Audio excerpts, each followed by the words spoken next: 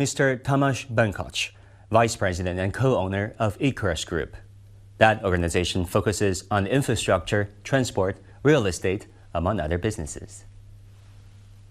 We note that the Ikarus Group that you co-owned and is now serving as Vice President is a leader in sustainability. Can you tell us a bit about your green efforts? We know that you renovated and ramped up your efforts, for example, when it comes to solar panels. Yeah. Our motto is innovation is tradition. And it has been the major driving force of my father-in-law, who is the main owner, shareholder of Ikarus. This is a 130-year-old brand. And all his business life, he was striving for innovation and creating new things. And obviously now, with our partnership with Chinese partners, enables us to enter the modern era with all the innovations they provide us. We know that innovation is so important, and there are so many disruptions to innovation, such as artificial intelligence. And how do you see the role of AI in impacting your businesses? That's a very good question.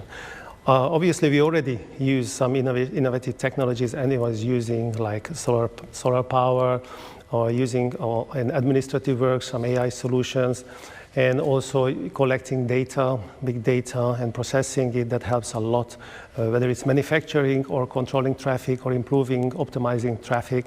So that's a very, very good opportunity for us to incorporate our business AI. Do you have Chinese partners when it comes to AI? Because we know that China is leading the field, leading the patch when it comes to some applications of AI. I have been very lucky to travel to China multiple times, and I experienced what our partners are capable of. And obviously, we get all the knowledge of the engineers. Our engineers are working together, so we can incorporate it in our development in the buses as well. We know that your company, Ikarus, is working with CRRC Corporation. Tell us a bit about that. CRRC is one of the largest EV electric bus manufacturing company, and they provide us the electric components for our buses. And also our other partner, CCIG Group, is the one where we enter multiple collaboration. And there is a very interesting thing. What we do is we are about to form our 100% European-owned subsidiary in China. And we will have industrial parks there, industrial parks in Hungary. And we're not only providing the area for any other potential partners, but also services to help them start their businesses, whether we're talking about in China or in Hungary. We are encouraging Hungarian companies to come to China to start their operation there, and we also welcoming Chinese companies to come here. The most important thing is what I always say, that this relationship, whoever we are working with, has to be mutually beneficial. It's a win-win situation. Everybody puts in what they're best at, and that's how the result comes out. How do you like the idea of the Belt and Road Initiative proposed by China, which is really becoming a topic of discussion? You know, some people say they find it controversial, others say they benefited a whole lot from it. What do you think of it? I think, as a businessman, it's definitely a great initiative. I don't want to talk about politics because I know that people have different preferences, but in business, I think it's an enormous opportunity for any company in the world to work with Chinese companies, because we can learn from each other, benefit from the work together.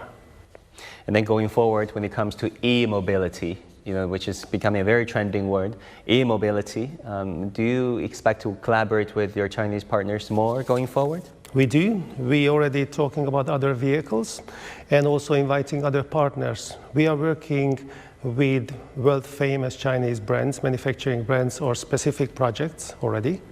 So our cooperation with CCIG Group is a great opportunity for others to join us and enter new markets together. So you studied music at Franz Liszt Academy of Music in Budapest, which is very famous, and also a place where President Xi Jinping visited. So how do you feel about that? Franz Liszt Academy of Music is one of the most famous universities for music in the world. It's 150 years old, and it was definitely a good reason that President Xi visited it. And although I got my first job as a principal bassoon player in the Budapest Festival Orchestra when I was 20, so I was only in my second year of the university, so it's a little bit untypical university years because everybody appreciated how quickly I got a job. Universities teach you to get a job. That's the main purpose. And I already got a job when I was in my second year. But of course, I had great teachers. I studied with the best and among the best, because all those colleagues I went to university with, they are in all the major top orchestras in Europe. Why do you think President Xi visited none other than your academy? What do you think of the symbolism and the significance of his visit to your alma mater? They always say that music is a universal language. And this is very true, because when you have an opportunity like I did to play in Buenos Aires, in Brazil, in Tokyo, in Singapore, in New York, you meet with all these amazing musicians and you already speak the same language. You share the same passion. So it's absolutely across borders. And since I lived in Asia for a long time, I remember that how I got to know the Chinese culture and how much I benefit from that knowledge now, because I became a businessman in the meantime, but I already had the knowledge of the culture and the mentality of the Chinese people. And then do you see similarities of the Chinese mentality and the Hungarian mentality? We respect each other with my business partner so much. We have very similar values. We like to work hard. We like to be transparent and blunt, straightforward. Absolutely, absolutely. And we always say what we think. That's a very common thing. Very directly. If it's an argument, we argue and we find a solution. I see that in you already. Thank you. And finally, what will be your expectations for Chinese-Hungarian business relations going forward? What do you want to say to policymakers on both sides? I think policymakers should encourage this relationship, and because what I see is they should not be focusing on Chinese companies and products coming to Europe, because our relationship with my partner is not focused on Europe. It's focused on all over the world. So I think business opportunities are all over the world, and therefore I think the initiative and the cooperation between the two countries is an extremely important thing. You know, when we think about the disruptions to supply chains, you know, sourcing materials from your friends, not your rivals, does that affect your businesses and your cooperation with China now that Hungary has very strong relations with China, although it is a member of the European Union? Well, it did have some effects on our business as well, the supply chain problems, and therefore I always say that what we have and how we work with our Chinese partners, that our people are working together, our engineers are working together, and it's a two-way road. They learn something from us, we learn something from them. So if there isn't any problem in the supply chain, we already have our knowledge here to solve the problem on a short term until the supply chain problem is solved. There was a shipment which was delayed.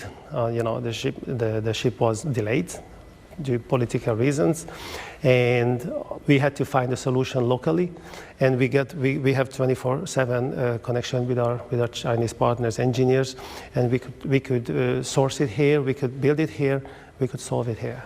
And of course that needed a lot of programming and a lot of work from our Chinese engineers, which we could do online.